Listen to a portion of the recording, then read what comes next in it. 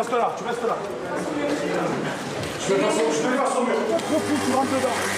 Je regarde mes potes sous cuite, le beat me rend dingue, comme ce flingue qui me parle quand je suis à terre. C'est mon fils, Nabil. On me l'a tué le 16 mars 2013. Il a sauté le portail, il se retrouvait là, par terre, directement par terre, jeté comme un chien. À l'époque, il avait 15 ans. Il y avait quand même 2 mineurs et ça, c'est un peu inquiétant parce qu'on se demande comment des garçons aussi jeunes prennent autant de risques. Là, vas-y, tire le mets dessus. Ne nous cherchez pas. Des fois, quand je sors, je ne suis pas en sécurité. J'ai peur, il y a des jeunes de partout, on n'a pas l'habitude, on n'est pas en sécurité. Ils sont descendus à 3 et puis ils l'ont écarté du groupe et puis le gars donc, a été abattu. Là, vous avez le collège maçonné, où il y a eu 7 petits qui ont été scolarisés, qui sont décédés à cause des trafics.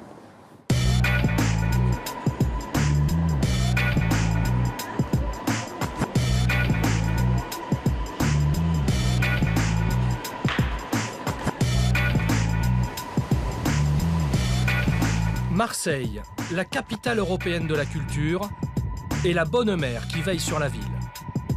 Marseille, c'est aussi les quartiers nord, et une guerre sans pitié entre 80 cités pour encaisser les millions d'euros du trafic de drogue.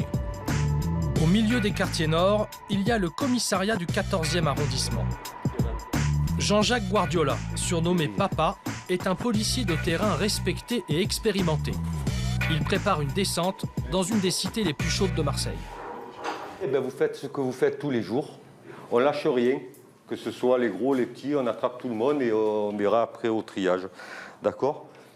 En passant, je vous félicite pour les résultats du mois de mai qui ont été excellents. Vous savez faire, donc on continue. Allez, on y va. L'armement, c'est prévu. Lanceur. Les flashs, on en a combien? 2.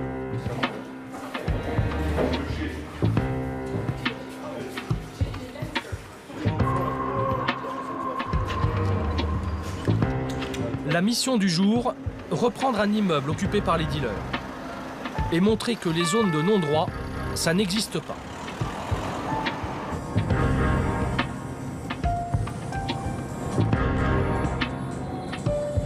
Là, on va citer les Flamands. Alors, les jeunes, les dealers, là, ils ont pris possession des halls d'immeubles et ils font un contrôle absolu sur la population en faisant des barrages.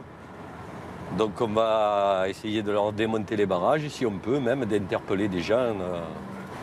Regardez, ils ne sont pas devant. Allez. Oh, putain. Allez. Un premier groupe course les dealers dans les escaliers. Un deuxième reste en protection à l'extérieur. Ces jeunes s'enfuient à scooter, d'autres sont interpellés. Tu restes là, tu restes là. Je vais faire son mur. Ah ouais. Le premier groupe arrive enfin au barrage. Laisse filmer. Des sommiers métalliques, des barrières de sécurité et des caddies de supermarché.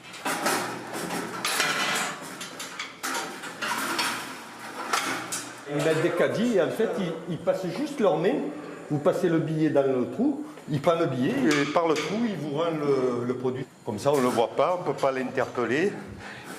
Là, il y en a un là. Là, celui-là. Allez, on n'arrive pas à pousser là. Je vais essayer de prendre l'ascenseur et de contourner la chose. Il y a déjà eu. D'accord. Les jeunes bloquent la conducteur en haut. Comme ça, personne ne peut rentrer dans le bas sans leur faire monsieur. S'il y a un incendie, que l'ascenseur ne fonctionne plus, personne ne sort de là-dedans, quoi. Enfin, du moins, tous ceux qui sont au-dessus. Hein. C'est quand même très, très dangereux. Dans le hall de l'immeuble, fouille au corps et saisie de stupéfiants. Bon, on a quoi alors là? Oui. Il a un morceau sur lui et le joint qui est parti à lui. D'accord, lui. Et lui? Oui. Le barrage est détruit et jeté sur le trottoir. Le groupe de protection couvre la sortie. Flashball prêt à tirer et grenades de dispersion en main.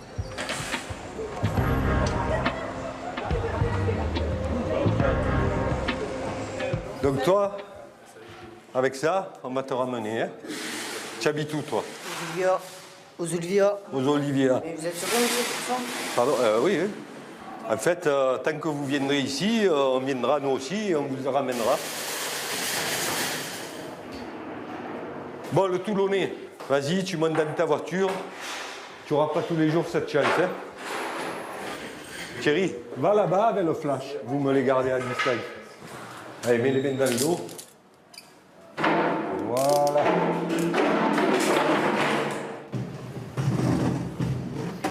Et là, ils ne vendront pas tant qu'ils n'ont pas reconstruit. C'est trop dangereux pour eux. Comme on court plus vite qu'eux, ils vont se sauver. Mais là, s'il n'y a rien qui nous arrête, on les attrape à chaque fois. Quoi. Donc, ils vont reconstruire. Ça vous arrive qu'il y ait des trucs qui tombent des étages? Oui, il faut bien regarder. Parce qu'il y a pas mal d'immeubles. C'est pas revenu n'importe où. Vous montez tous dans les voitures sauf les protections. Là. Vous restez, vous les menacez du flash. Une protection haute, tant qu'on n'est pas dans les voitures. Là, sur tout le monde. Au moment de partir, caillassage. Doucez.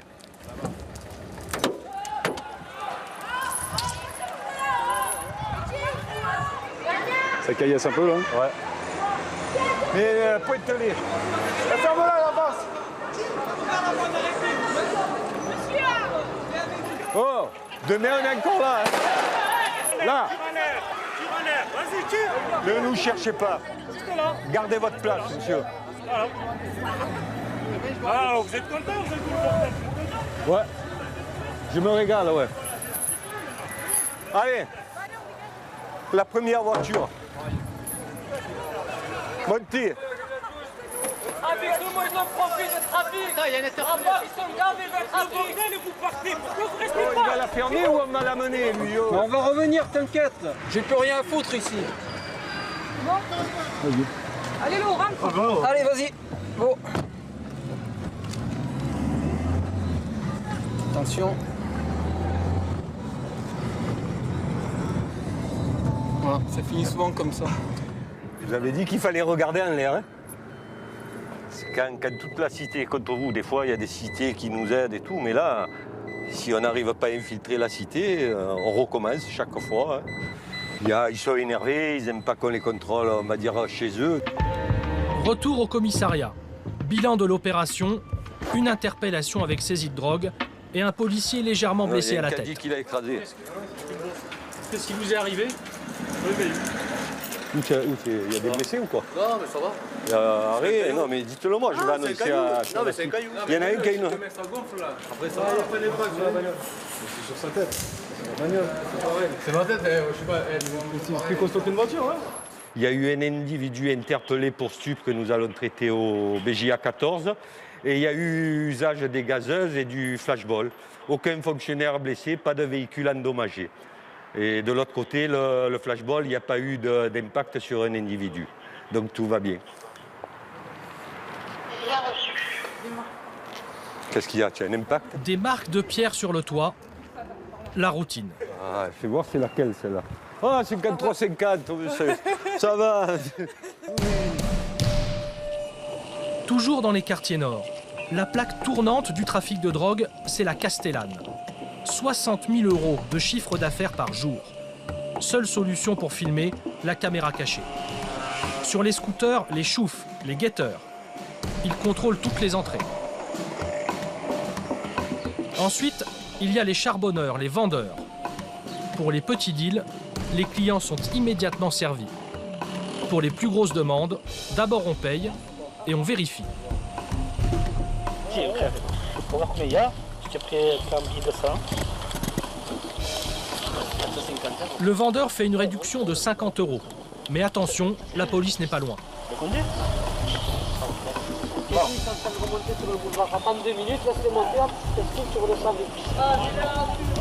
Ensuite, on récupère la drogue plus loin, dans un autre immeuble. Les pains de résine de cannabis sont cachés dans cette grande poubelle. C'est un bon produit. C'est bon, il est bon ou pas? Pas bon, mais il passe bien. Il est fumable, ouais. Pour la prison? Même pour la prison, ouais, putain. Et celui-là, combien? Ça, c'est 900 €, 200 grammes.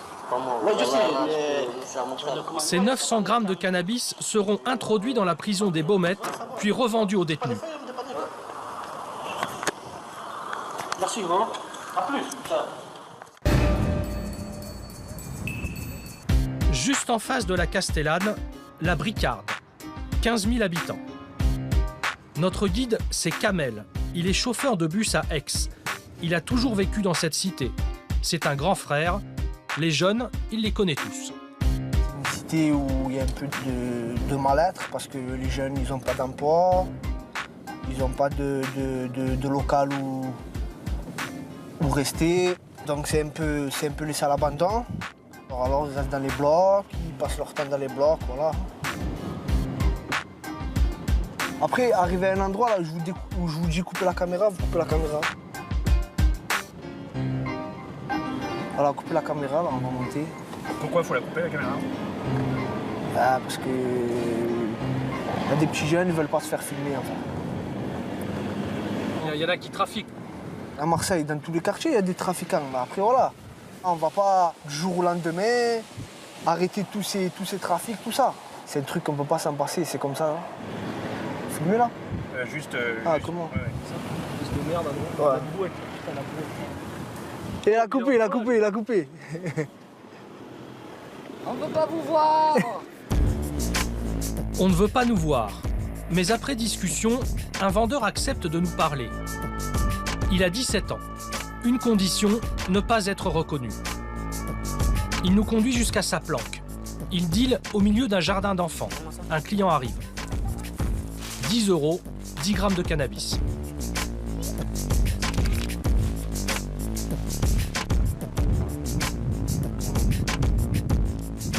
On détaille à peu près ce qu'il y a. 50, ça c'est le 10 et la bœuf. Et ça c'est les 20. Il y a le patron qui ramène tout ce qu'il faut, quoi.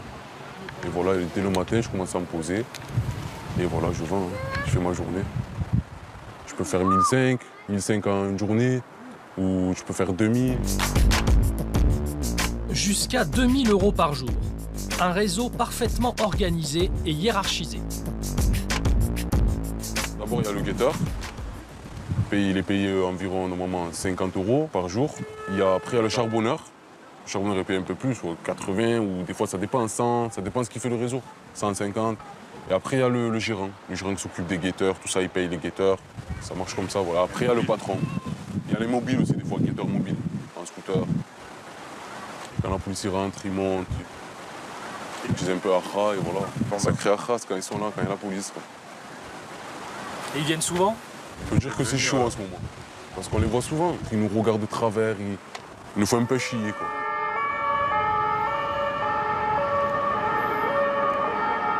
Dans tous les quartiers, on voit que l'école ça ne nous plaît pas, qu'on n'arrive pas, et voilà, que c'est pas pour nous. On voit que là on gagne très bien 70 €, 80 € de 1 heure jusqu'à 6 heures. On n'hésite pas. À 18 ans, voilà, il n'y a pas mieux. Même si c'est risqué, voilà, c'est un risque et péril. Mais le risque c'est quoi? C'est qu'un autre réseau vienne? Pas un patron de notre réseau, il peut venir ici. Le jour ou l'autre, il peut tirer, nous allumer, voilà, mettre son réseau ici. Maintenant, c'est comme ça ici. Il peut poser son réseau ici, nous tirer dessus, voilà. On meurt à 17 ans, 16 ans.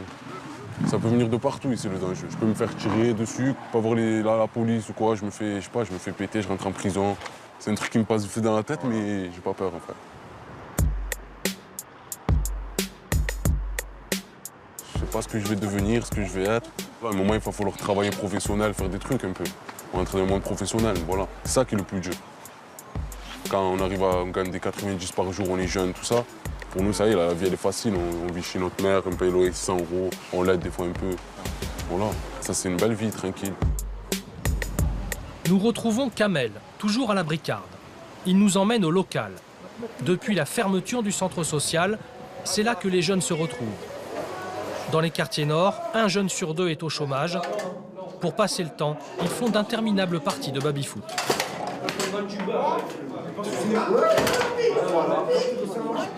Là, c'est un petit peu un lieu de rencontre où ils peuvent tous se réunir. Quand un jeune il a un problème, on le voit. Le petit commence à dérailler un peu. Bon, on essaye un peu de le remettre sur les rails, mais bon, on n'est pas comme je vous ai dit, on n'est pas ses parents, on n'est pas ses frères, ses sœurs. on essaye de lui donner les meilleurs des conseils. Après, c'est à lui de les suivre. Mais bon, comme je vous ai dit, un peu, ce quartier il a été laissé un peu à l'abandon. Il y a de moins en moins d'éducateurs. Pour les jeunes, il n'y a pas assez de soutien.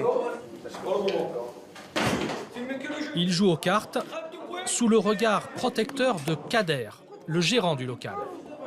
On arrive à essayer, pas faire, essayer d'être avec eux, les accompagner dans le boulot. Moi-même, tout le temps, je leur pose la question, est-ce qu'ils travaillent, est-ce qu'ils ne travaillent pas, parce que bon, je connais les parents très bien, on a grandi ensemble. La plupart, ils sont tous nés là. À 7-8 ans, ils savent très bien où ils vont, parce qu'ils grandissent tout seuls. Bon, tout seuls, entre guillemets, parce que les parents, il y en a qui peuvent, il y en a qui ne peuvent pas. Il y en a qui veulent que leurs enfants y réussissent, et leurs enfants n'y réussissent pas. C'est pas l'horreur, mes frères me manquent. Je suis pas acteur, à part de mon propre film. Quartier Nord, je le vis, qui viennent, qui filment, qui copient, qui pompent. Je suis scénariste, armé d'un fusil à pompe. La mort, j'ai croisé, je prends mes devants gros. J'en place une à ton CEO, capable d'entamer son flingue, frérot. Je veux pas du mal, mais le mal vers moi, Je vais niquer sa mère en tout azimut. Nous, on n'est pas des putes, on prend soin des enfants, on les protège. La musique, on l'a appris sans solfège. Je fais du rap léger pour les confirmer. Laisse-moi m'envoler. Non, je veux pas ton succès, non. Je veux pas sucer, tenir le cou avec de la coque. Nani, Tout le monde le sait, il y a de la drogue, on a la possibilité d'y aller, on y va pas, mais on sait les risques. On va se faire tuer, on va pas se faire tuer. On n'est pas, c'est pas j'ai mon CDI, je suis devant le poste, c'est tranquille, il y a des risques. Les risques, ceux qui les prennent, ce sont que des grosses couilles. J'ai déjà vendu. On n'a pas d'argent, et faire quoi? Il faut que je fume. Il n'y a que ça pour me calmer, pour que le manque d'argent. Retour au commissariat du 14e. Cette fois, Papa et ses hommes ciblent la cité de la Busserine. Rien n'est laissé au hasard. C'est une opération délicate. Délicate, oui, de par la configuration, parce qu'on va monter par les toits, et de par le contexte, parce que c'est en plein milieu de la cité, il y a beaucoup de monde. Donc il faut avoir le bon timing et un poil de chance pour réussir à attraper le dealer. Et eux, ils arrivent par où? Par là? Ouais, par le D'accord. Par le Porsche, là. Ils descendent, ils montent dans l'immeuble. Dans la voiture, il reste Julien et Blond, qui vont se mettre devant. On bloque la porte. Le type a certainement un survêtement clair et apparemment, il n'a pas de sacoche, il aurait les sachets dans l'escalier, même le sol. Et on met tous les véhicules prêts à partir, que si ça part en live, quoi qu'il arrive, on ne polémique pas des heures. Hein. On prend, on revient là, on s'en fout, on aura gagné ou perdu, on s'en fout.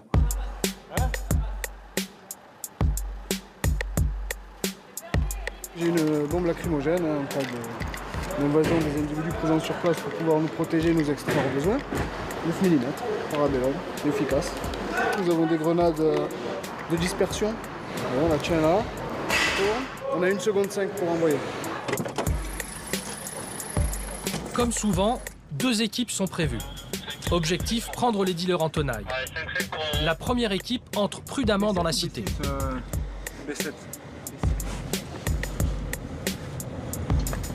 Dans 10 secondes, on tape. Cool. Je dirais qu'on nous arrêtait. Continue. Vas-y, stop.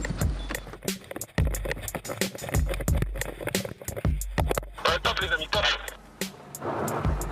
La deuxième équipe entre en action. C'est reçu? Ouais, reçu. Putain, il y en a là, quoi. Une fois le dealer repéré, course-poursuite dans les escaliers. Mais il a été prévenu par les guetteurs. Le dealer est debout sur cette trappe. Il empêche les policiers de la soulever.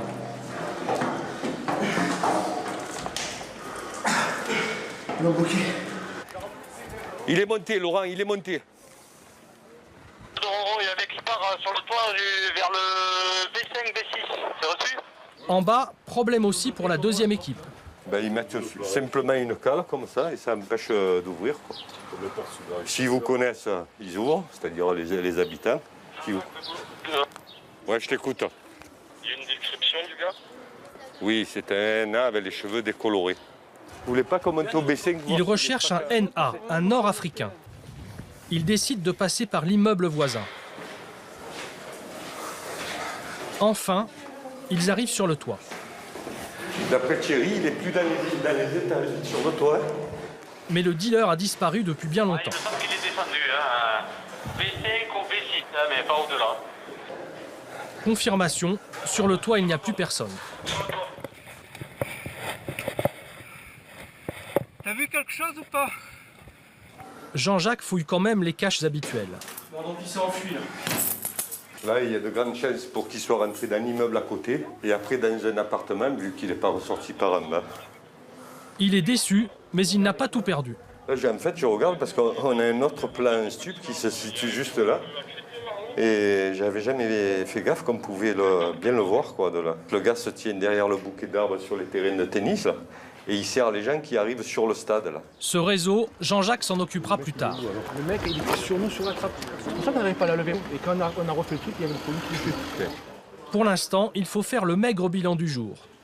Aucune interpellation, mais une petite saisie de stupéfiants quand même. On va pas toucher, on va peser. 112 heures. On ne sait jamais s'il y en a qui se... Et 119. 231 grammes. Bah, il faudrait les compter, mais on ne veut pas toucher parce que des fois, on fait des prélèvements d'ADN dessus, donc on est là. J'arrive. Il y a un Callégant qui va remettre dedans. Là, il y a 400 ou 500 euros par sachet à peu près. Ouais. Mais bon, là, il a perdu une brave journée quand même.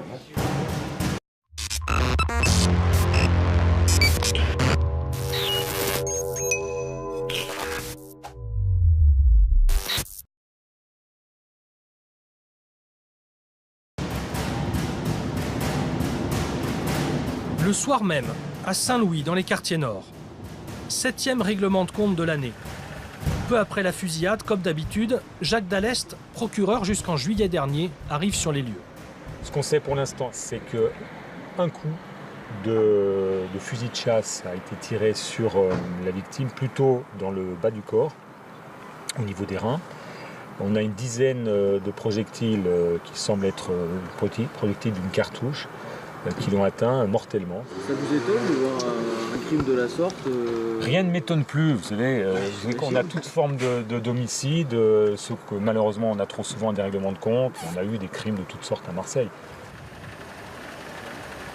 Il y a le père là. Oui, je suis son père là, maintenant. Non, mais on n'a pas dit qu'il y avait un souci. Il veut voir le corps de son fils. Impossible car les enquêteurs analysent la scène de crime. Ça fait une mot.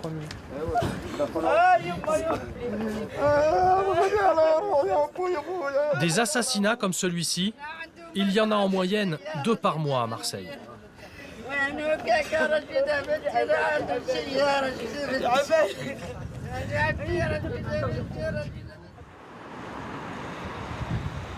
Le lendemain matin, au palais de justice, nous retrouvons le procureur. Des règlements de compte, il en a vu des dizaines. Dans les quartiers nord, pour être respecté, il faut tuer. Ceux qui sont un peu plus malins que les autres et un peu plus violents, qui ont une capacité de violence, être capable de flinguer ou de mettre à l'amende, c'est aussi un marqueur, ça. C'est ça, comme ça que se dégagent des chefs, des petits chefs. Et c'est aussi une façon de s'imposer. Si vous n'êtes pas capable de flinguer ou de tirer, vous n'êtes pas crédible dans la cité. Quand on arrête un trafiquant, ce qu'on appelle un gérant, celui qui gère, on le met en prison, qu'est-ce qu'il va faire? Il laisse la place. Donc un autre va prendre la place. Le gérant en question, il peut télécommander l'exécution de celui qui lui a pris la place. Même chose quand le gérant a fini sa peine, ou quand il est mis en liberté, il sort de prison. Et là, il va inquiéter ceux qui lui ont pris la place. Et on va le tuer. Et un certain nombre de jeunes qui ont été tués ces 2 dernières années étaient sortis de prison pas très longtemps avant, voire le jour même. Des guerres de succession pour le contrôle des réseaux de drogue, c'est ce qui explique en partie la violence à Marseille. Ces jeunes armés de Kalachnikov, Gilles Tachon les a traqués pendant 30 ans. Policier à la retraite depuis peu, il nous emmène sur les lieux d'un règlement de compte, celui qui a tout déclenché. C'est lui, la victime. Il y a un véhicule qui est arrivé donc dans ce sens-là. et qu'il y avait le groupe de jeunes qui étaient réunis, qui fumaient donc leur pétard tranquille qui était là. Et puis bon, il y a un différend commercial certainement qui a eu lieu. Et puis ils sont descendus à 3 et puis ils l'ont écarté du groupe. Et puis le gars donc, a été abattu. Et je vois que à Marseille, donc, on entretient encore la mémoire donc, de ces gens qui sont tombés. Mais lui, c'est la première victime donc, de la guerre des gangs des cités. Parce que gang, c'est un grand mot. La plupart des concitoyens donc, ils sont attristés par ce genre de phénomène, mais enfin, ils comptent les victimes et puis ils se disent, bon, un trafiquant de moins. Maintenant, un jeune de 16 ans, une arme de guerre dans la main, il va l'avoir facilement, il va se la procurer parce que l'argent, il l'aura. Et puis, il viendra vous déglinguer, il viendra vous tuer, pour un oui, pour un non, pour un moment d'humeur, un rail de coque dans les narines, et puis c'est terminé. Et puis, il monte au feu, il monte au combat. Puis, il n'y a aucun problème, là, il viendra vous flinguer. Ensuite, direction la cité du Clos-la-Rose. Visite guidée. Dans cette cité, c'est un point d'entrée. Sur votre droite, près du local poubelle, vous avez ici donc, le gars qui se met là donc, en surveillance pour les véhicules donc, suspects, en criant le hara. Hara, en voulant dire, donc c'est la police scapée. La seule chose qui manque, c'est le fauteuil. Un peu plus loin, un dealer a été abattu. Un enfant de 11 ans passé dans la rue, il a été blessé d'une balle dans le cou. Une Alfa Romeo et une Jetta Volkswagen sont venus, qui ont mis pied à terre, ils ont tiré sans sommation. Pourquoi? Et pourquoi? Parce que bon, il y avait différentes cités, entre clans, et avoir donc la même mise sur tous ces quartiers, sur ces cités qui sont à 100 mètres dans le vol d'oiseau, c'est des sommes donc considérables, 20-30 000 euros par jour. Sur le mur, cette plaque en mémoire du dealer, à la fois acteurs et victimes de la guerre des gangs. Victimes eux aussi, les habitants des quartiers nord. Ils manifestent régulièrement sur les marches de la gare Saint-Charles. Beaucoup de mères de famille, parmi elles, Baya. C'est mon fils Nabil Djiyoyo. On me l'a tué le 16 mars 2013. C'est le petit qui a été retrouvé dans la voiture calcinée à la SNCF. Voilà, moi je suis là pour mon fils et pour tous les quartiers de Marseille. Tous les mois, on enterre quelqu'un. Stop, on en a assez. C'est plus possible. Dès qu'il y a un règlement de compte et qu'on entend qu'il y a un enfant de 19 ans ou 18 ans qui a été tué, on est là toute la nuit à savoir, en téléphone, pendu au téléphone pour savoir si c'est notre enfant ou c'est l'enfant de quelqu'un d'autre. Alors il y en a marre de voir toute cette violence. Trop de morts et pas assez de moyens pour les centres sociaux dans les quartiers. Nos quartiers sont morts, les centres sociaux, il n'y en a plus, alors que les centres sociaux faisaient beaucoup de choses pour les petits. Moi, j'allais au centre social de Fond-Vert et c'était super bien, il n'y avait aucun minot dans la rue. Dans la manifestation, c'est deux femmes politiques. Elles sont cousines, représentantes des quartiers nord. Nora Preciosi, conseillère municipale UMP, et Samia Gali, sénatrice socialiste. Les morts, on ne les invente pas, les blessés par balle, on ne les invente pas, c'est une réalité. Il faut maintenant sortir de ça. Il faut que pour pouvoir sortir de cela, il faut tout simplement permettre aux enfants de réussir. Et quand je vois 46% dans certains quartiers de jeunes qui sont dans le décrochage scolaire, ben, je m'inquiète. Je m'inquiète pour cette ville. La question du transport en commun, la question, je l'ai dit, de l'emploi, de la formation, c'est de la question du logement aussi, le mal vivre aujourd'hui à Marseille dans les cités, ben, c'est insupportable. Le soleil, la mer et Notre-Dame, ça ne suffit pas comme cliché pour redorer et donner réellement de la force aux Marseillais. Les mères de famille des quartiers nord ont créé le collectif du 1er juin. Elles ont rédigé 23 propositions sur l'emploi, la police ou le logement. Aujourd'hui, le schéma est catastrophique. Vous avez toutes ces mères ici qui pleurent parce qu'il y en a la plupart d'entre elles ont perdu un enfant, un neveu, un fils, un petit-fils. Donc si on est là, c'est pour la solidarité. S'il y avait eu un suivi scolaire, si on avait pris ces enfants en charge, eh ben aujourd'hui on n'en serait pas là. Aujourd'hui on manifesterait pour acheter des livres, pour voyager, visiter Versailles, visiter d'autres pays que les quartiers nord de Marseille. Les mères de famille attendent maintenant les réponses des officiels.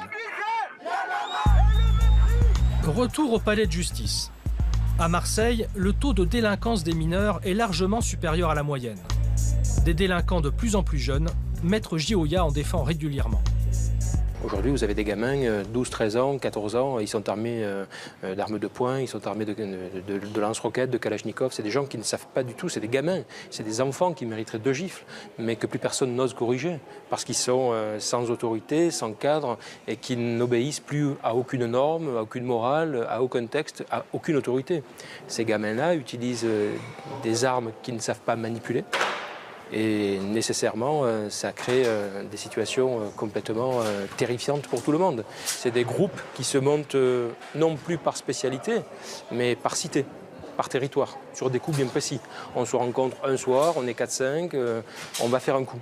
Et puis le coup qui est réalisé, il n'est pas préparé, il est fait par des gens inexpérimentés, des gamins qui sont avides d'exprimer un mal-être, une souffrance, un mal de reconnaissance. Maître Gioia nous propose de rencontrer l'une de ses clientes, Wafa. Agressée plusieurs fois, elle a été obligée de quitter Marseille. C'est une chose qui devient banale, c'est les agressions. Là, aujourd'hui, j'ai mis une robe, mais bon... d'habitude, on essaie de se cacher, puisque c'est quand même... faut éviter de provoquer les personnes. Et vous avez été agressée ? J'ai été séquestrée, on va dire. C'était assez violent. J'en ai même pas parlé à ma famille tellement c'est banal sur Marseille. J'ai pris pas mal de coups. C'était un boxeur. Et pendant 6 mois, je n'ai pas pu bouger puisque j'avais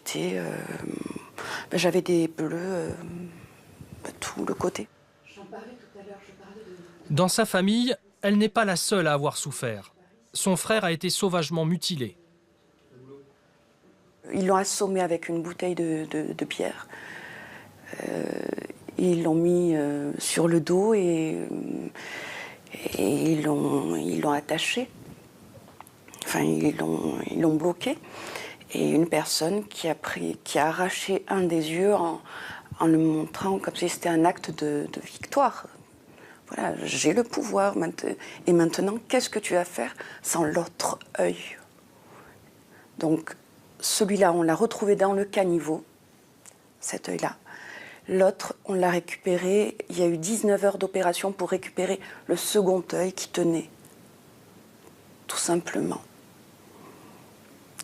Voilà. On ne sait pas exactement ce qui s'est passé, on ne sait pas. On ne sait rien. C'est des actes gratuits, c'est la drogue, l'alcool, ça détruit tout le monde. Et quand j'ai posé la question à certaines personnes qui étaient là, qui étaient présents, donc ils nous ont dit mais on ne sait pas pour qui, on n'est pas des balances. Celui qui a arraché l'œil du frère de Wafa s'est pendu en prison. Des dossiers d'agression, Maître Gioia en a des dizaines. Parmi ses clients, des bijoutiers, cibles privilégiées des 30 vols avec violence ou à main armée qui se déroulent chaque jour. Le délit à la mode, c'est l'arrachage des colliers en or, 20 par jour. Le cours de l'or est élevé, donc l'or se vole, s'achète et se revend très facilement. Gilles Morel a été braqué 3 fois en 6 mois, 30 000 € de perte. Vous l'avez porté une fois, déjà vous aviez remis. Ils sont arrivés très violemment, ils ont enfoncé la porte qui n'était pas celle-ci, puisque là maintenant on a mis un sas, mais il y avait une porte assez simple, quoi, avec ouverture, gâche électrique. Ils ont défoncé la porte, ils sont rentrés avec des pistolets ou des massettes, ils ont cassé toutes les vitrines intérieures, ils ont neutralisé les personnes qui étaient là et ils ont demandé d'accéder au coffre. Et donc ils ont pillé le coffre, ils ont pillé les vitrines. Donc c'était très violent, on essaie de se protéger, on essaie de ne pas prendre trop de risques, on n'a pas le temps de réagir, de réaliser ce qui se passe parce que c'est soudain, et puis ils arrivent en nombre. Le problème, c'est que dans le lot, il y avait quand même 2 mineurs, et ça, c'est un peu inquiétant, parce qu'on se demande comment des garçons aussi jeunes prennent autant de risques. Depuis ces braquages à répétition, il a investi dans la vidéosurveillance et un sas de sécurité. Surprotégé comme dans une banque, mais avec toujours la peur au ventre. À Marseille, les armes sont aussi du côté des citoyens exaspérés. Cette famille est victime de l'autodéfense. Antoine venait, semble-t-il, de cambrioler un appartement. Le propriétaire lui a tiré dessus et l'a tué. C'est une assassine, ce monsieur. Je veux que lui lève la tête. Quand un petit comme ça, de 15 ans, on se tue comme ça. Je suis pas un enfant. Il faut pas. Je peux pas vous dire exactement comment ça s'est passé, mais je pense que c'est comme ça, là. Je pense qu'il est rentré là, dans cette... devant le portail, là, je pense, d'après les bruits qu'ils ont dit. Il est rentré là-bas, dans la maison au-dessus, là, du premier étage. Soi-disant, il est rentré en bas pour voler, je sais pas quoi. Parce qu'ils ont rien trouvé, ils ont trouvé une souris d'ordinateur, parce qu'il avait rien sur lui, le petit. Et je pense qu'il est parti en courant, il a sauté le portail, il se retrouvait là, par terre, directement par terre, jeté comme un chien. À l'époque, il avait 15 ans. Monsieur l'assassin, quand ils ont fait la perquisition, les flics, ils ont retrouvé un arsenal. Il a l'habitude. Hein? Et monsieur se permet de dire, dans la première déclaration, il a tiré pour faire peur. Si on veut tirer pour faire peur, on prend un 12 ou un 16 qui fait énormément de bruit. Hein? Mais monsieur, qu'est-ce qu'il a pris? Il a pris un 22 de l'orif. Et un 22 de l'orif, il ne fait pas de bruit. Il a assassiné mon fils, il a assassiné. Le 22, c'est une arme de précision. C'est une arme pour tuer. C'est ça qu'il a voulu. Il a voulu tuer. Chaque samedi, la famille d'Antoine revient sur les lieux du drame. Elle attend le procès. Le tireur est toujours en détention préventive. La violence est partout, même à l'hôpital.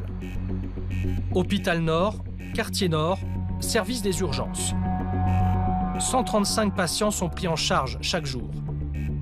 En 5 ans, les agressions contre le personnel ont augmenté de 80%. Par exemple, en août dernier, un patient blessé par balle et arme à la main a menacé plusieurs infirmières. Pour soutenir et rassurer, une cellule de soutien psychologique a été créée. Une cellule mise en place par le docteur Jean, le médecin-chef des urgences. Ça va. Bon. Un certain nombre de problèmes de violence trouvent leur origine ici, dans ce lieu qui est vraiment le point chaud des urgences, qui est la salle d'attente. Claques, coups de poing, tentatives de strangulation, griffures, morsures, crachats. Dans 10 minutes, elle doit être encore à l'extérieur. Il y a quelques mois, à qui on avait refusé, dans un premier temps, l'entrée des urgences parce qu'il y avait quelqu'un d'autre dont il fallait s'occuper, donc il devait attendre, qui a fracassé à coups de poing la porte d'entrée, là, qui a complètement explosé de rage. La présence d'un agent de sécurité est devenue une nécessité incontournable. Oui, il vous est arrivé d'avoir eu peur? Peur? Non, peur non. Choqué, oui, par le comportement des gens, oui. J'ai eu une intervention ici au Cap 48, le personnel psy. Il était un peu agité, un peu agressif, il est sorti. On l'a interpellé et tout. Il dialoguait et tout. 5 minutes après, je ne sais pas ce qui est passé. Il a donné un coup de tête à mon collègue. Voilà. Après, il s'est enfui. Ça m'a choqué. Et une autre fois aussi, un patient qui était venu, je ne me rappelle plus exactement pourquoi, et ça ne relevait pas du tout du service d'urgence. On avait le service qui était complètement bondé. Et donc, c'est pas qu'on l'a refusé, on l'a réorienté sur un médecin généraliste, puisque donc on ne peut pas refuser les patients, mais on les réoriente au mieux. Et là, non, c'était carrément menace de revenir avec une kalachnikov et de me tuer. On a toujours quand même un peu l'appréhension de se dire est-ce qu'ils vont vraiment revenir. On a des collègues qui se sont fait prendre en photo avec des menaces. De toute façon, j'étais en photo, je vais revenir, je vais te tuer. On a eu une fois un monsieur qui s'est présenté à l'accueil, il est arrivé, il a posé son pistolet sur la banque au niveau de l'accueil. En plus de la cellule de soutien psychologique, un système d'alerte 24 heures sur 24. Il y a là un bouton que l'on peut enclencher. C'est un point d'appel auprès des forces de police. Ça sonne au niveau du commissariat, enfin de ce secteur. Et à ce moment-là, donc, les forces de police sont susceptibles donc, d'intervenir très rapidement. Et on est très content de voir arriver les gros bras de la police qui viennent nous aplatir quelques agités. Et c'est indispensable. Les agités, la justice les condamne sévèrement. Pour l'homme qui a fracassé la porte des urgences, 10 mois ferme. Attention, ça va très vite. Il y a eu pas mal de carreaux. Les quartiers nord, c'est 400 000 habitants. Yamina Bencheni y a toujours vécu. Elle a participé à la rédaction des 23 propositions de la marche contre la violence. Une violence qui commence souvent dès l'école. Là, vous avez le collège maçonné, où il y a eu 7 petits qui ont été scolarisés, qui sont décédés à cause des trafics. Ils ont été tués avec des armes à feu. Ils avaient quel âge? Entre 17 et 22 ans. C'est les premiers qui tombent dans l'engrenage, c'est les plus vulnérables, c'est les plus fragiles. Ce sont des ados. Hein. C'est aussi des mamans fragilisées, vulnérables, endettées, voilà. Hein. C'est trop facile de montrer du doigt et de stigmatiser les gens en disant vous êtes dans le trafic, vous êtes complice, vous êtes responsable. Non, c'est trop facile. Le problème, il est un peu plus complexe. Améliorer la qualité de vie dans les quartiers nord, c'est le combat de Yamina et du conseil de copropriété de la Simiane. Pour chasser les dealers, barrières de sécurité et digicode. Voilà, ça fait partie de qui, ça, en compétence? Mais bien sûr, ça ne suffit pas. Ben, tout le long, ils sont ouverts. Venez voir. Voilà. Les 23 propositions, c'est de réaménager ces espaces et de les fermer. Pourquoi c'est laissé comme ça? C'est des belles cachettes. C'est des cachettes communes, collectives, qui appartiennent à personne, mais qui sont censées appartenir à quelques-uns. Et ils cachent quoi dedans? À votre avis? Pour pas se faire attraper sur soi, qu'est-ce qu'on fait? Et tout le long, c'est comme ça. Les politiques disent on vous comprend, on va essayer de voir, on va essayer. Quand ils sont élus, ils promettent, et une fois qu'ils sont élus, ils vont essayer. Donc ça fait des années, je pense qu'ils doivent essayer. Essayer d'aider les habitants, c'est ce que fait Nora Preciosi. Elle est conseillère municipale UMP. Au menu, couscous avec les femmes du quartier. Bon les filles, c'est bon aujourd'hui le repas, hein? Excellent, délicieux. Et la prochaine fois, c'est quoi? L'aïoli? L'aïoli ou peut-être paella. Yeah, ben c'est super. La cité de Fond-Vert, elle y est née. Elle la défend et elle veut la nettoyer de toute corruption. On s'est aperçu qu'il y avait des élus qui étaient corrompus, qui sont condamnés, qui ont donné des subventions à de fausses associations. Ça fait 18 ans que ça dure ici. De donner de l'argent à des voyous des quartiers pour avoir un électorat. C'est pas ça faire de la politique. Il y a l'avenir des enfants, des petits, qu'il y ait un suivi scolaire, qu'on parle de la culture. La culture, c'est pas que le foot. C'est vrai qu'on a Zidane, bravo Zidane, on est fiers de lui, mais il n'y a pas que ça. Aujourd'hui, si on se bat, c'est pas pour nous, c'est pour notre enfant. Pour les enfants, c'est pour les jeunes, les enfants de travail. C'est une génération perdue. En tant que femme, comment vous la ressentez cette journée? On est catalogué. Pour l'instant, il n'y a rien qui se fait. On veut du changement et c'est maintenant. Dans les quartiers, on n'est pas en sécurité en fait. Voilà, donc la police vous les appelle et ils ne rentrent pas, ils ne viennent pas, ils interviennent bien. Donc ils ne vont pas venir sur place, après 1 heure ils arrivent, mais c'est trop tard. Hein. Et le manque de sanctions, parce que même s'ils viennent et qu'ils font une tour du rond-point et qu'ils repartent, ça ne sert à rien. À quelques mètres de là, nous retrouvons Jean-Jacques et ses hommes. À l'extérieur de la cité, contrôle des véhicules. À l'intérieur, vente de stupéfiants. Mais aujourd'hui, ils ne contrôlent pas les dealers. Pour asphyxier le trafic, ils cherchent les acheteurs. Là, on est dans la cité Fond-Vert. On regarde les véhicules qui rentrent et qui restent, on va dire, 3-4 minutes, pas plus. Pour nous, c'est un signe qu'ils vont acheter de la résine de cannabis. Ah, le scooter, là, à 2 et la Fiat 500. Et on ne peut pas les laisser faire ça en toute impunité. Il faut qu'on les gêne absolument. Pour un acheteur récidiviste, en théorie, c'est 1 an de prison et 3 750 € d'amende.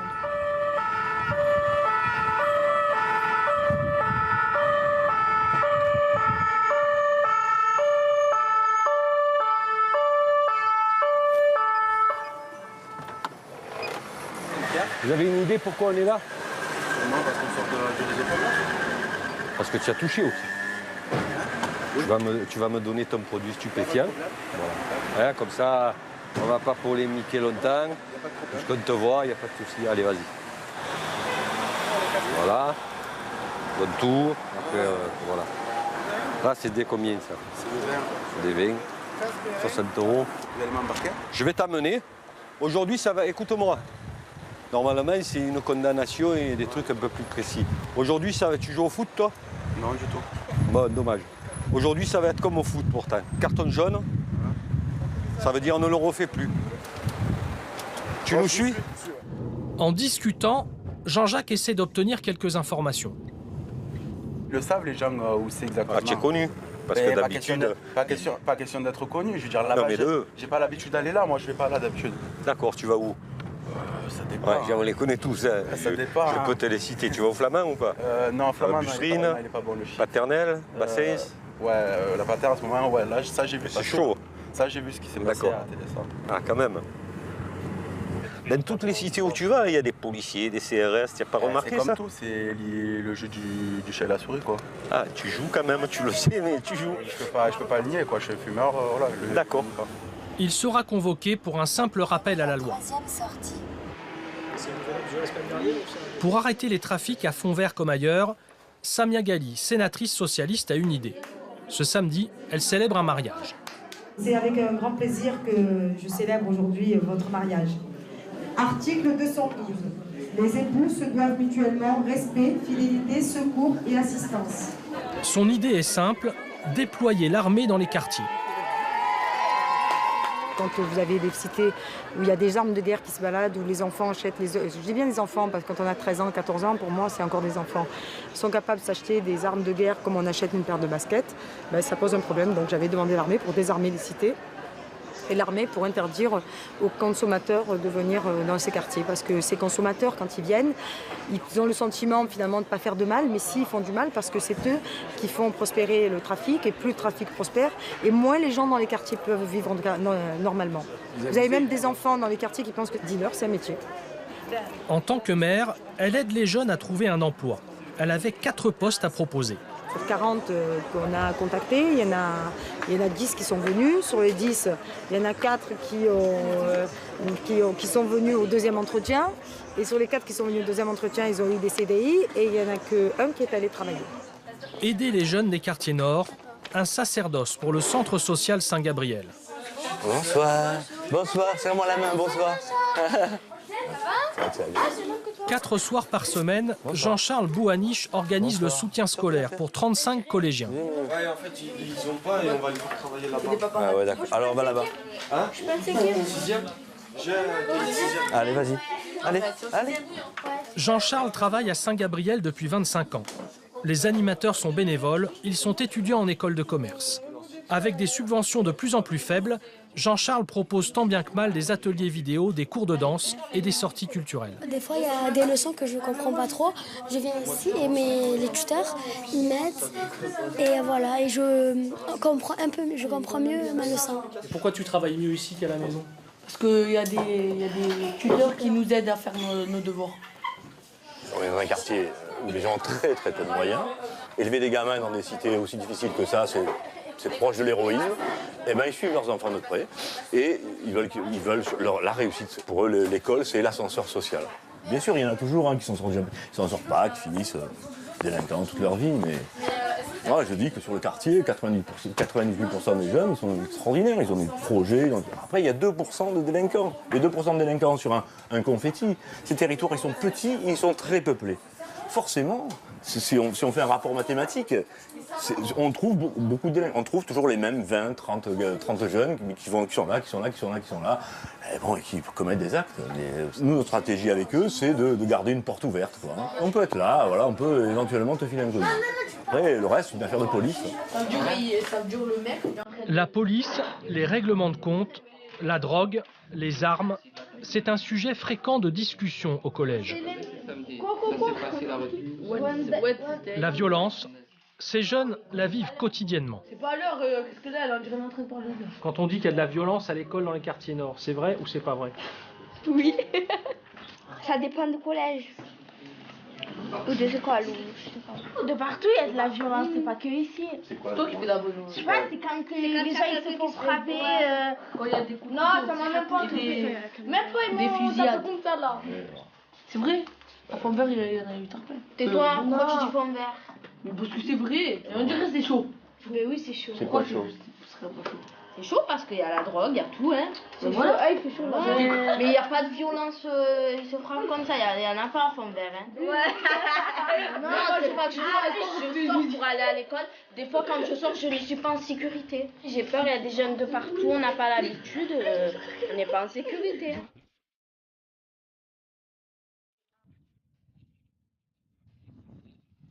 L'un des repères de la jeunesse marseillaise, c'est Ayam, 25 ans de rap. Dans leur dernier album, le morceau Notre-Dame veille évoque Marseille et ses dérives. La violence est en dents de scie. Il y a des moments où elle est en bas, où il fait plutôt bon vivre, il y a des moments où elle remonte. Dès qu'il y a un resserrement, voilà, dès qu'il y a un resserrement, une petite strangulation économique, un peu trop de drogue, parce que aussi, la réalité aussi c'est que pour tous ces gamins-là, il y a 10 ans, ils se fumaient des pétards. Hein.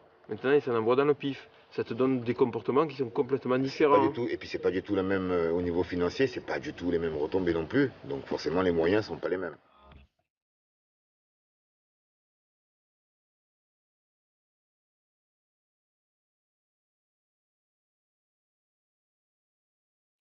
Et si tu possèdes pas de choses, tu es une personne. Donc il faut la bonne voiture, il faut la bonne femme, il faut le bel appartement. Ils veulent ça, ils n'ont pas les diplômes pour, ils y accèdent par la violence, un peu de mélange de jeux vidéo, c'est facile de tuer les gens. Tous ces gamins-là, ils sont dans cette vision-là des choses et persuadés que pour être acceptés, il faut posséder. Mais c'est quoi ça? C'est le capitalisme. Notre-Dame veille. Mais sur qui veille-t-elle exactement?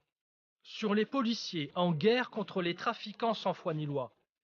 Sur la justice qui instruit plus de 100 règlements de compte sans trouver les coupables. Elle veille sur les politiques sans solutions efficaces, sur les commerçants braqués sans pitié, sur les animateurs sociaux sans subvention. Elle veille sur les jeunes sans emploi. Finalement, Notre-Dame veille sur tous les Marseillais, de plus en plus dépassés par la violence de leur ville, où il y a 2 fois plus de vols à main armée avec armes à feu qu'à Paris ou à Lyon.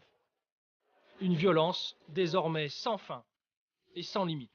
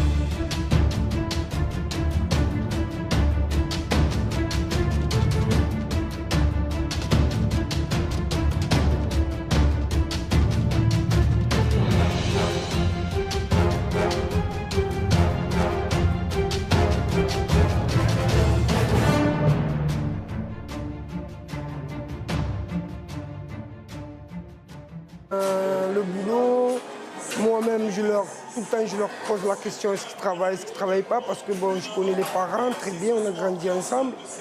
La plupart, ils sont tous nés là. À 7-8 ans, ils savent très bien où ils vont, parce qu'ils grandissent tout seuls.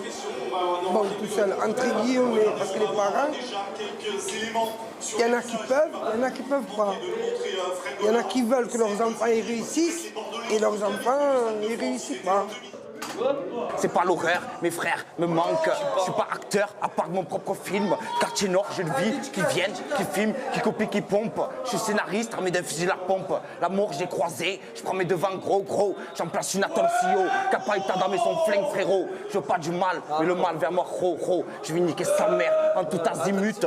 Nous, on n'est pas des putes, on prend soin des enfants, on les protège. La musique, on l'a appris sans solfège. Je fais du rap léger pour les confirmer. Laisse-moi m'envoler. Non, je veux pas ton succès, non. Je veux pas sucer, tenir le coup avec de la coque. Nani, Tout le monde le sait, il y a de la drogue, on a la possibilité d'y aller, on y va pas, mais on sait les risques. On va se faire tuer, on va pas se faire tuer. On n'est pas, c'est pas j'ai mon CDI, je suis devant le poste, c'est tranquille, il y a des risques. Hein. Les risques, ceux qui les prennent, ce sont que des grosses couilles. J'ai déjà vendu. On n'a pas de l'argent, et faire quoi? Il faut que je fume. Il n'y a que ça pour me calmer, pour que le manque d'argent. Retour au commissariat du 14e. Cette fois, Papa et ses hommes ciblent la cité de la Busserine. Rien n'est laissé au hasard. C'est une opération délicate. Délicate, oui, de par la configuration, parce qu'on va monter par les toits. Et de par le contexte, parce que c'est en plein milieu de la cité, il y a beaucoup de monde. Donc il faut avoir le bon timing et un poil de chance pour réussir à attraper le dealer.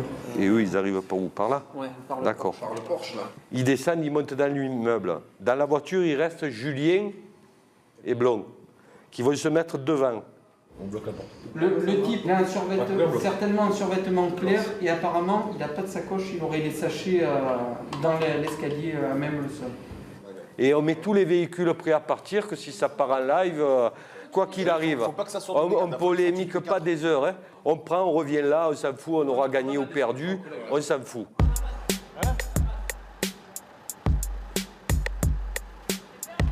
J'ai une bombe lacrymogène, en cas d'invasion des individus présents sur place pour pouvoir nous protéger et nous extraire au besoin. 9 mm, parabellum, efficace. Nous avons des grenades de dispersion. Voilà, on la tient là.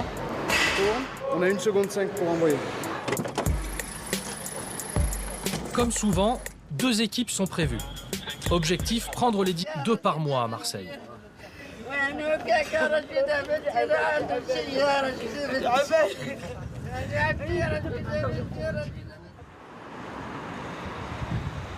Le lendemain matin, au palais de justice, nous retrouvons le procureur. Des règlements de compte, il en a vu des dizaines. Dans les quartiers nord, pour être respecté, il faut tuer.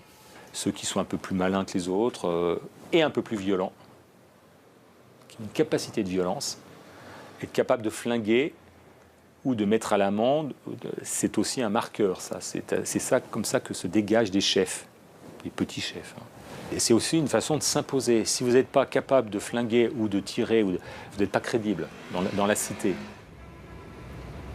Quand on arrête un trafiquant, ce qu'on appelle un gérant, celui qui gère, on le met en prison, qu'est-ce qu'il va faire? Il laisse la place. Donc un autre va prendre la place. Le gérant en question, il peut télécommander l'exécution de celui qui lui a pris la place. Même chose quand le gérant a fini sa peine, ou quand il est mis en liberté, il sort de prison. Et là, il va inquiéter ceux qui lui ont pris la place. Et on va le tuer. Et un certain nombre de jeunes qui ont été tués ces 2 dernières années étaient sortis de prison pas très longtemps avant, voire le jour même. Des guerres de succession pour le contrôle des réseaux de drogue, c'est ce qui explique en partie la violence à Marseille.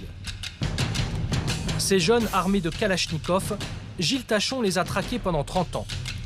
Policier à la retraite depuis peu, il nous emmène sur les lieux d'un règlement de compte, celui qui a tout déclenché. C'est lui, la victime. C'est un véhicule qui est arrivé donc, dans ce sens-là, et qu'il y avait le groupe de jeunes qui étaient réunis, qui fumaient donc leur pétard tranquille qui était là. Et puis bon, il y a un différend commercial certainement qui a eu lieu, et puis ils sont descendus à 3, et puis ils l'ont écarté du groupe, et puis le gars donc, a été abattu, et je vois que... Vous voyez, à Marseille, donc, on entretient encore la mémoire donc, de ces gens qui sont tombés, mais lui c'est la première victime donc, de la guerre des gangs des cités, parce que gang c'est un grand mot. La plupart des concitoyens donc, ils sont attristés par ce genre de phénomène, mais enfin ils comptent les victimes et puis ils se disent bon, un trafiquant de moins. Maintenant, un jeune de 16 ans, une arme de guerre dans la main, il va l'avoir facilement, il va se la procurer parce que l'argent il l'aura, et puis il viendra vous déglinguer, il viendra vous tuer, pour un oui, pour un non, pour un moment d'humeur, un rail de coque dans les narines, et puis c'est terminé, et puis il monte au feu, il monte au combat, puis il n'y a aucun problème, là, il viendra vous flinguer. Ensuite, direction la cité du Clos-la-Rose. Visite guidée. Dans cette cité, c'est un point d'entrée. Sur votre droite, près du local poubelle, vous avez... Je vais passer au mur. Le premier groupe arrive enfin au barrage. Laisse filmer. Des sommiers métalliques, des barrières de sécurité et des caddies de supermarché.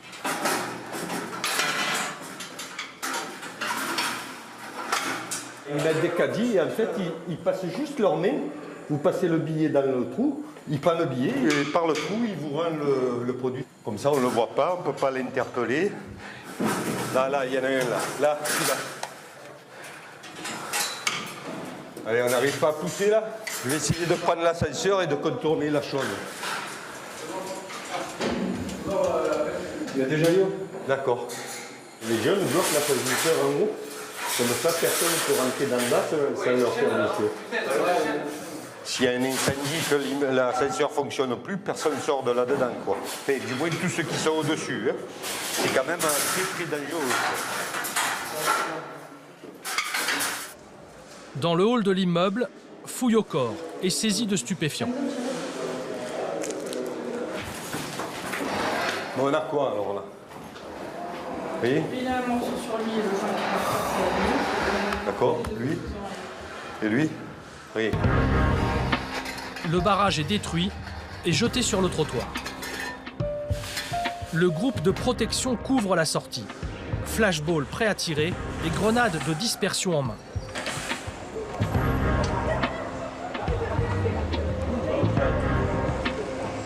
Donc toi, avec ça, on va te ramener. Hein. Tu habites où toi? Aux Oliviers. Aux Oliviers. Mais vous êtes sûr que c'est ça? Pardon, oui, oui. En fait, tant que vous viendrez ici, on viendra nous aussi et on vous ramènera. Bon, le Toulonnais, vas-y, tu montes dans ta voiture. Tu n'auras pas tous les jours cette chance. Hein. Thierry, va là-bas avec le flash. Vous me les gardez à distance. Allez, mets les mains dans le dos. Voilà.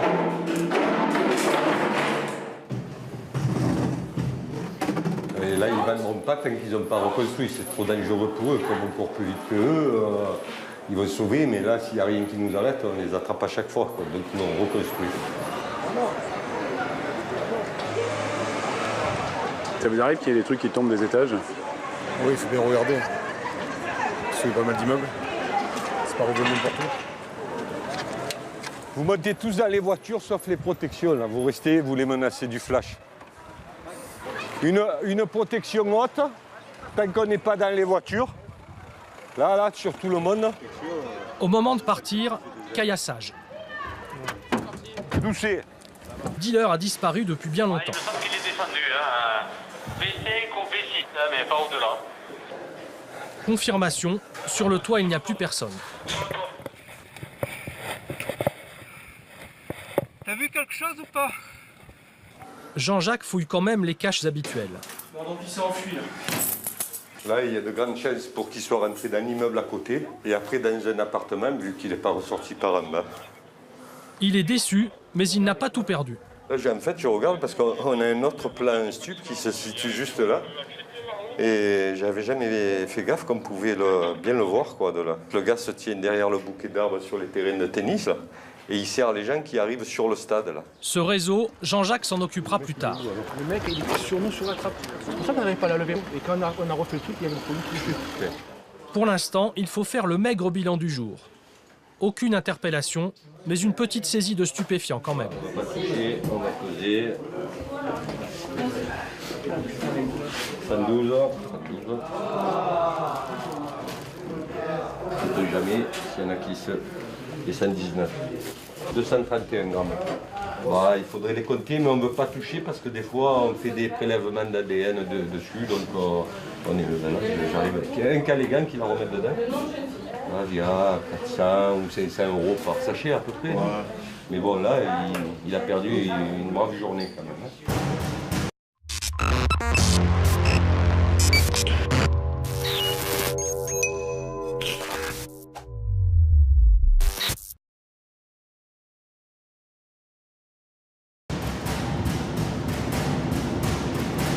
Le soir même, à Saint-Louis, dans les quartiers nord. 7e règlement de compte de l'année.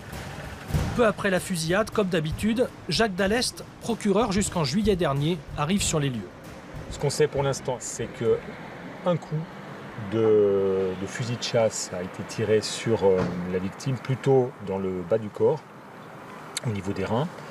On a une dizaine de projectiles qui semblent être projectiles d'une cartouche, qui l'ont atteint mortellement. Ça vous étonne de voir un crime de la sorte Rien ne m'étonne plus, vous savez, on a toute forme d'homicide, sauf que malheureusement on a trop souvent des règlements de compte, on a eu des crimes de toutes sortes à Marseille. Il y a le père là. Mais je suis son père là, maintenant. Non, mais on n'a pas dit qu'il y avait une souci. Il veut voir le corps de son fils. Impossible car les enquêteurs analysent la scène de crime. Ça fait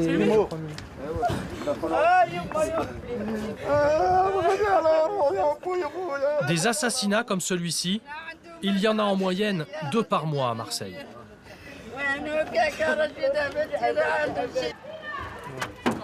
Doucez.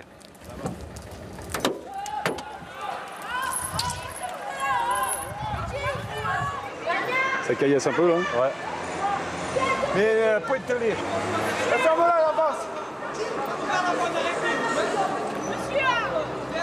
Oh, demain on est encore là. Hein. Là. Ne nous cherchez pas. Gardez votre place, monsieur.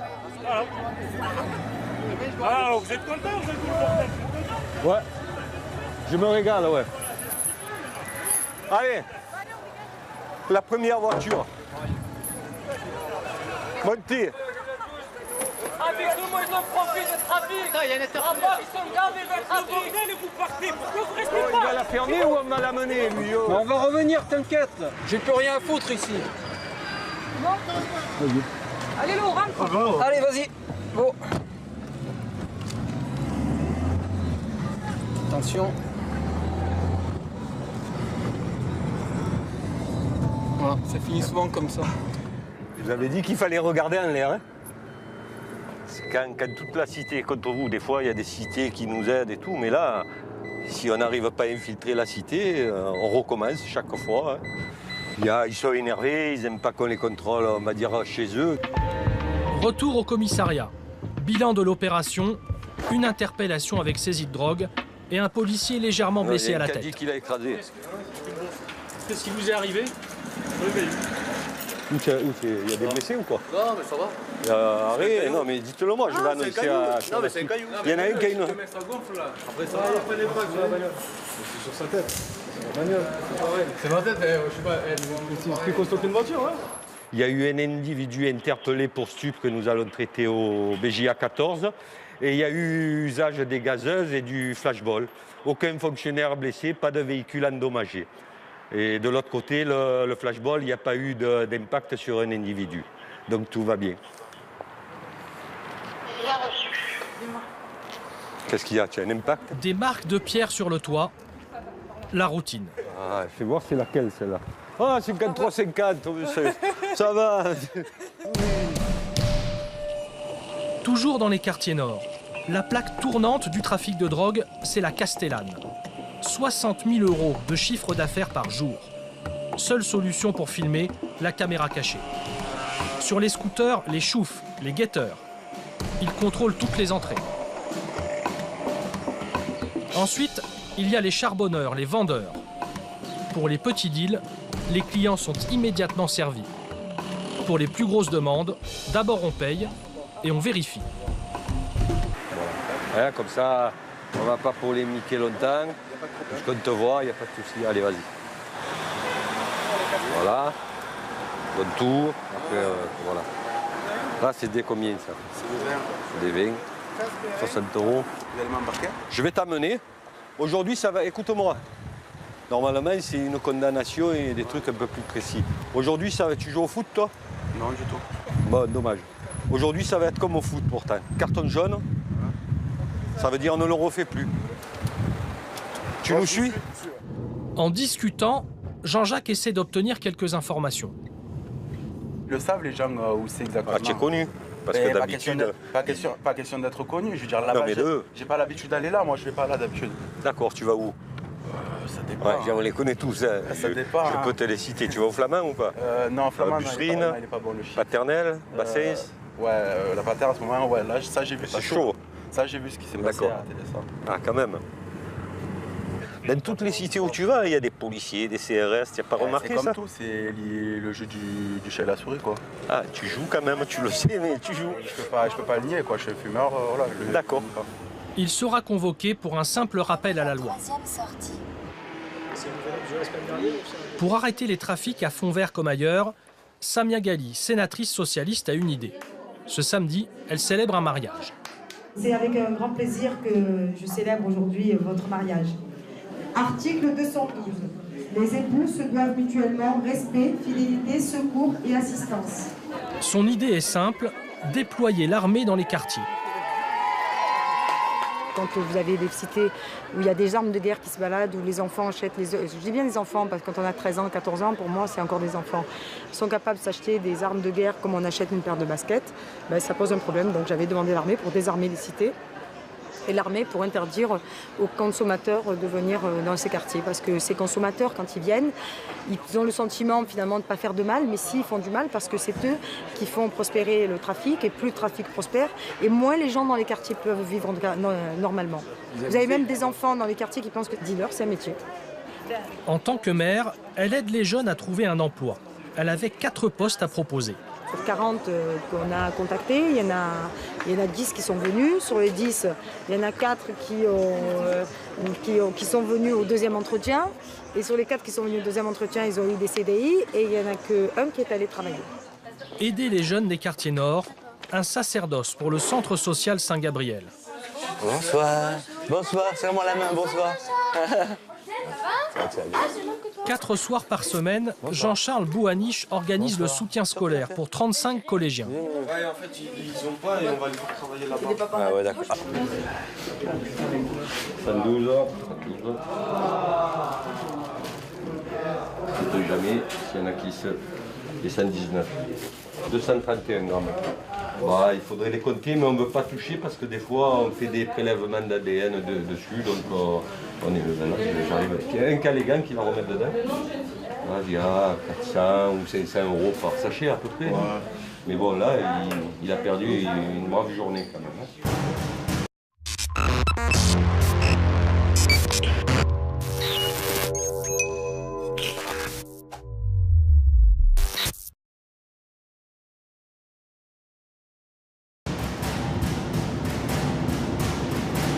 Le soir même, à Saint-Louis, dans les quartiers nord. 7e règlement de compte de l'année. Peu après la fusillade, comme d'habitude, Jacques Dallest, procureur jusqu'en juillet dernier, arrive sur les lieux. Ce qu'on sait pour l'instant, c'est qu'un coup de fusil de chasse a été tiré sur la victime, plutôt dans le bas du corps, au niveau des reins. On a une dizaine de projectiles qui semblent être projectiles d'une cartouche, qui l'ont atteint mortellement. Ça vous étonne de voir un crime de la sorte Rien ne m'étonne plus, vous savez, on a toute forme d'homicide, ce que malheureusement on a trop souvent des règlements de compte, on a eu des crimes de toutes sortes à Marseille. Il y a le père là. Mais je suis son père là, maintenant je suis son père là, madame. Il veut voir le corps de son fils. Impossible car les enquêteurs analysent la scène de crime. Ça fait une mot.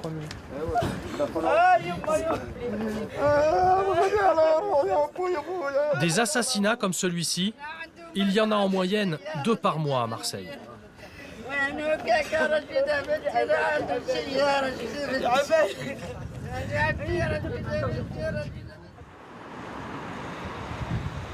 Le lendemain matin, au palais de justice, nous retrouvons le procureur. Des règlements de compte, il en a vu des dizaines. Dans les quartiers nord, pour être respecté, il faut tuer. Ceux qui sont un peu plus malins que les autres et un peu plus violents, qui ont une capacité de violence, être capable de flinguer ou de mettre à l'amende, c'est aussi un marqueur. C'est ça, comme ça que se dégagent des chefs, des petits chefs. Et c'est aussi une façon de s'imposer. Si vous n'êtes pas capable de flinguer ou de tirer, vous n'êtes pas crédible dans la cité. Quand on arrête un trafiquant, ce qu'on appelle un gérant, celui qui gère, on le met en prison, qu'est-ce qu'il va faire? Il laisse la place. Donc un autre va prendre la place. Le gérant en question, il peut télécommander l'exécution de celui qui lui a pris la place. Même chose quand le gérant a fini sa peine, ou quand il est mis en... 10, il y en a 4 qui sont venus au deuxième entretien. Et sur les 4 qui sont venus au deuxième entretien, ils ont eu des CDI. Et il n'y en a qu'un qui est allé travailler. Aider les jeunes des quartiers nord, un sacerdoce pour le centre social Saint-Gabriel. Bonsoir. Bonsoir, serre-moi la main, bonsoir. 4 soirs par semaine, Jean-Charles Bouaniche organise le soutien scolaire pour 35 collégiens. Ouais, en fait, ils ont pas et on va les faire travailler là-bas. Ah ouais, d'accord. Alors, on va là-bas. Hein? Je peux le 6e. J'ai le 6e. Allez, vas-y. Allez. Jean-Charles travaille à Saint-Gabriel depuis 25 ans. Les animateurs sont bénévoles, ils sont étudiants en école de commerce. Avec des subventions de plus en plus faibles, Jean-Charles propose tant bien que mal des ateliers vidéo, des cours de danse et des sorties culturelles. Des fois, il y a des leçons que je ne comprends pas trop. Je viens ici et les tuteurs, ils m'aident. Et voilà, et je comprends mieux ma leçon. Et pourquoi tu travailles mieux ici qu'à la maison? Parce qu'il y a des tuteurs qui nous aident à faire nos devoirs. On est dans un quartier où les gens ont très très peu de moyens. Élever des gamins dans des cités aussi difficiles que ça, c'est proche de l'héroïsme. Et ben ils suivent leurs enfants de près et ils veulent la réussite. Pour eux, l'école, c'est l'ascenseur social. Bien sûr, il y en a toujours qui s'en sortent pas, qui finissent délinquants toute leur vie, mais moi je dis que sur le quartier, 98% des jeunes, ils sont extraordinaires, ils ont des projets. Après, il y a 2% de délinquants. Les 2% de délinquants sur un confetti, ces territoires, ils sont petits, ils sont très peuplés. Forcément, si on fait un rapport mathématique, on trouve beaucoup de délinquants. On trouve toujours les mêmes 20, 30 jeunes qui sont là, et qui commettent des actes. Nous, notre stratégie avec eux, c'est de garder une porte ouverte, quoi. On peut être là, voilà, on peut éventuellement te filer un coup de main. Après, le reste, c'est une affaire de police. Ça dure le mec. La police, les règlements de compte, la drogue, les armes, c'est un sujet fréquent de discussion au collège. La violence, ces jeunes la vivent quotidiennement. C'est pas l'heure, qu'est-ce que là, on dirait en train de parler de... Quand on dit qu'il y a de la violence à l'école dans les quartiers nord, c'est vrai ou c'est pas vrai? Oui. Ça dépend du collège. Ou des écoles, ou je sais pas. De partout, il y a de la violence, c'est pas que ici. C'est toi qui fais la violence. Je sais pas, c'est quand les gens ils se font frapper. Quand il y a des coups de non, ça m'a même pas des fusillades. Comme ça là. C'est vrai. À Fond-Vert, il y en a eu tarpin. Tais-toi, pourquoi tu dis Fond-Vert? Mais parce que c'est vrai. On dirait que c'est chaud. Mais oui, c'est chaud. C'est quoi chaud? C'est chaud parce qu'il y a la drogue, il y a tout, hein. C'est voilà. Ah, il fait chaud là. Mais il n'y a pas de violence, ils se frappent comme ça, il y en a pas à Fond-Vert, hein. Ouais. Non, c'est pas que je sors pour aller à l'école. Des fois, quand je sors, je ne suis pas en sécurité. J'ai peur, il y a des jeunes de partout. Et de justice. Nous retrouvons le procureur. Des règlements de compte, il en a vu des dizaines. Dans les quartiers nord, pour être respecté, il faut tuer. Ceux qui sont un peu plus malins que les autres et un peu plus violents, qui ont une capacité de violence, être capable de flinguer ou de mettre à l'amende, c'est aussi un marqueur. C'est ça, comme ça que se dégagent des chefs, des petits chefs. Et c'est aussi une façon de s'imposer. Si vous n'êtes pas capable de flinguer ou de tirer, vous n'êtes pas crédible dans la cité. Quand on arrête un trafiquant, ce qu'on appelle un gérant, celui qui gère, on le met en prison, qu'est-ce qu'il va faire? Il laisse la place. Donc un autre va prendre la place. Le gérant en question, il peut télécommander l'exécution de celui qui lui a pris la place. Même chose quand le gérant a fini sa peine, ou quand il est mis en liberté, il sort de prison. Et là, il va inquiéter ceux qui lui ont pris la place. Et on va le tuer. Et un certain nombre de jeunes qui ont été tués ces 2 dernières années étaient sortis de prison pas très longtemps avant, voire le jour même. Des guerres de succession pour le contrôle des réseaux de drogue, c'est ce qui explique en partie la violence à Marseille. Ces jeunes armés de Kalachnikov, Gilles Tachon les a traqués pendant 30 ans. Policier à la retraite depuis peu, il nous emmène sur les lieux d'un règlement de compte, celui qui a tout déclenché. C'est lui, la victime. C'est un véhicule qui est arrivé donc, dans ce sens-là, et qu'il y avait le groupe de jeunes qui étaient réunis, qui fumaient donc leur pétard tranquille qui était là. Et puis bon, il y a un différend commercial certainement qui a eu lieu, et puis ils sont descendus à 3, et puis ils l'ont écarté du groupe, et puis le gars donc, a été abattu, et je vois que... Vous voyez, à Marseille, donc, on entretient encore la mémoire donc, de ces gens qui sont tombés, mais lui c'est la première victime donc, de la guerre des gangs. Des cités, parce que gang, c'est un grand mot. La plupart des concitoyens donc, ils sont attristés par ce genre de phénomène, mais enfin, ils comptent les victimes et puis ils se disent, bon, un trafiquant de moins. Maintenant, un jeune de 16 ans, une arme de guerre dans la main, il va l'avoir facilement, il va se la procurer parce que l'argent il l'aura, et puis il viendra vous déglinguer, il viendra vous tuer, pour un oui, pour un non, pour un moment d'humeur, un rail de coque dans les narines, et puis c'est terminé, et puis il monte au feu, il monte au combat, puis il n'y a aucun problème, là, il viendra vous flinguer. Ensuite, direction la cité du Clos-la-Rose. Visite guidée. Dans cette cité, c'est un point d'entrée. sur votre droite, près du local poubelle, que vous avez ici, donc le gars qui se met là, donc en surveillance pour les véhicules suspects, en criant le hara. Hara, en voulant dire, donc c'est la police scapée. La seule chose qui manque, c'est le fauteuil. Un peu. Ou de mettre à l'amende, c'est aussi un marqueur, ça. C'est ça, comme ça que se dégagent des chefs, des petits chefs. Et c'est aussi une façon de s'imposer. Si vous n'êtes pas capable de flinguer ou de tirer, vous n'êtes pas crédible dans la cité. Quand on arrête un trafiquant, ce qu'on appelle un gérant, celui qui gère, on le met en prison, qu'est-ce qu'il va faire? Il laisse la place. Donc un autre va prendre la place. Le gérant en question, il peut télécommander l'exécution de celui qui lui a pris la place. Même chose quand le gérant a fini sa peine, ou quand il est mis en liberté, il sort de prison. Et là, il va inquiéter ceux qui lui ont pris la place. Et on va le tuer. Et un certain nombre de jeunes qui ont été tués ces 2 dernières années étaient sortis de prison pas très longtemps avant, voire le jour même. Des guerres de succession pour le contrôle des réseaux de drogue, c'est ce qui explique en partie la violence à Marseille. Ces jeunes armés de Kalachnikov, Gilles Tachon les a traqués pendant 30 ans. Policier à la retraite depuis peu, il nous emmène sur les lieux d'un règlement de compte, celui qui a tout déclenché. C'est lui, la victime. C'est un véhicule qui est arrivé donc, dans ce sens-là, et qu'il y avait le groupe de jeunes qui étaient réunis, qui fumaient donc leur pétard tranquille qui était là. Et puis bon, il y a un différend commercial certainement qui a eu lieu, et puis ils sont descendus à 3, et puis ils l'ont écarté du groupe, et puis le gars donc, a été abattu, et je vois que... Vous voyez, à Marseille, donc, on entretient encore la mémoire donc, de ces gens qui sont tombés, mais lui, c'est la première victime donc, de la guerre des gangs des cités, parce que gang, c'est un grand mot. La plupart des concitoyens donc, ils sont attristés par ce genre de phénomène, mais enfin, ils comptent les victimes et puis ils se disent, bon, un trafiquant de moins. Maintenant, un jeune de 16 ans, une arme de guerre dans la main, il va l'avoir facilement, il va se la procurer parce que l'argent, il l'aura. Et puis, il viendra vous déglinguer, il viendra vous tuer, pour un oui, pour un non, pour un moment d'humeur, un rail de coque dans les narines, et puis c'est terminé. Et puis, il monte au feu, il monte au combat. Puis, il n'y a aucun problème, là, il viendra vous flinguer. Ensuite, direction la cité du Clos-la-Rose. Visite guidée.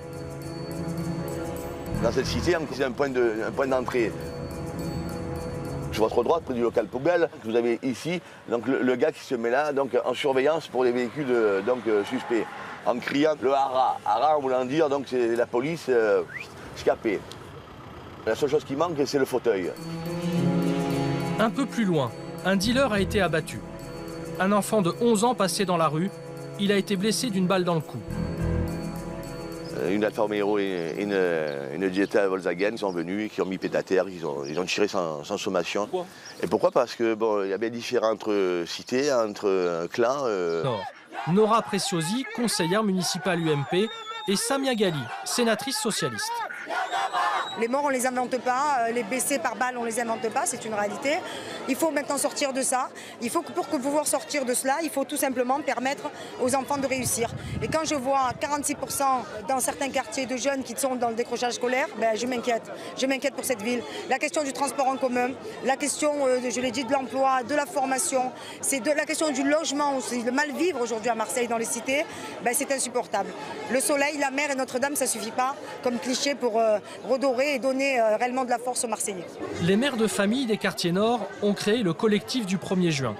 Elles ont rédigé 23 propositions sur l'emploi, la police ou le logement. Aujourd'hui, le schéma est catastrophique. Vous avez toutes ces mères ici qui pleurent parce qu'il y en a la plupart d'entre elles ont perdu un enfant, un neveu, un fils, un petit-fils. Donc si on est là, c'est pour la solidarité. S'il y avait eu un suivi scolaire, si on avait pris ces enfants en charge, eh ben aujourd'hui on n'en serait pas là. Aujourd'hui on manifesterait pour acheter des livres, pour voyager, visiter Versailles, visiter d'autres pays que les quartiers nord de Marseille. Les mères de famille attendent maintenant les réponses des officiels. Retour au palais de justice. À Marseille, le taux de délinquance des mineurs est largement supérieur à la moyenne. Des délinquants de plus en plus jeunes, Maître Gioia en défend régulièrement. Aujourd'hui, vous avez des gamins, 12, 13 ans, 14 ans, ils sont armés d'armes de poing, ils sont armés de lance-roquettes, de kalachnikov. C'est des gens qui ne savent pas du tout, c'est des gamins, c'est des enfants qui mériteraient 2 gifles, mais que plus personne n'ose corriger, parce qu'ils sont sans autorité, sans cadre, et qui n'obéissent plus à aucune norme, à aucune morale, à aucun texte, à aucune autorité. Ces gamins-là utilisent des armes qu'ils ne savent pas manipuler. Et nécessairement, ça crée des situations complètement terrifiantes pour tout le monde. C'est des groupes qui se montent non plus par spécialité, mais par cité, par territoire, sur des coups bien précis. On se rencontre un soir, on est 4-5, on va faire un coup. Et puis le coup qui est réalisé, il n'est pas préparé, il est fait par des gens inexpérimentés, des gamins qui sont avides d'exprimer un mal-être, une souffrance, un mal de reconnaissance. Maître Gioia nous propose de rencontrer l'une de ses clientes, Wafa. Agressée plusieurs fois, elle a été obligée de quitter Marseille. C'est une chose qui devient banale, c'est les agressions. Là où aujourd'hui j'ai mis une robe, mais bon, d'habitude enfin bon, on essaie de se cacher puisque c'est quand même, faut éviter de provoquer les personnes. Et vous avez été agressée ? J'ai été séquestrée, on va dire. C'était assez vieux. Les petits chefs. Hein. Et c'est aussi une façon de s'imposer. Si vous n'êtes pas capable de flinguer ou de tirer, vous n'êtes pas crédible dans la cité. Quand on arrête un trafiquant, ce qu'on appelle un gérant, celui qui gère, on le met en prison, qu'est-ce qu'il va faire? Il laisse la place. Donc un autre va prendre la place. Le gérant en question, il peut télécommander l'exécution de celui qui lui a pris la place.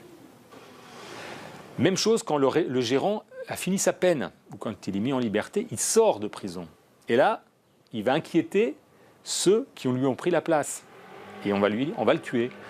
Et un certain nombre de jeunes qui ont été tués ces 2 dernières années étaient sortis de prison pas très longtemps avant, voire le jour même.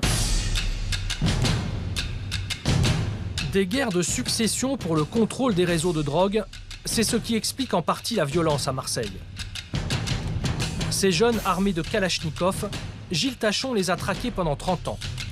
Policier à la retraite depuis peu, il nous emmène sur les lieux d'un règlement de compte, celui qui a tout déclenché. C'est lui, la victime.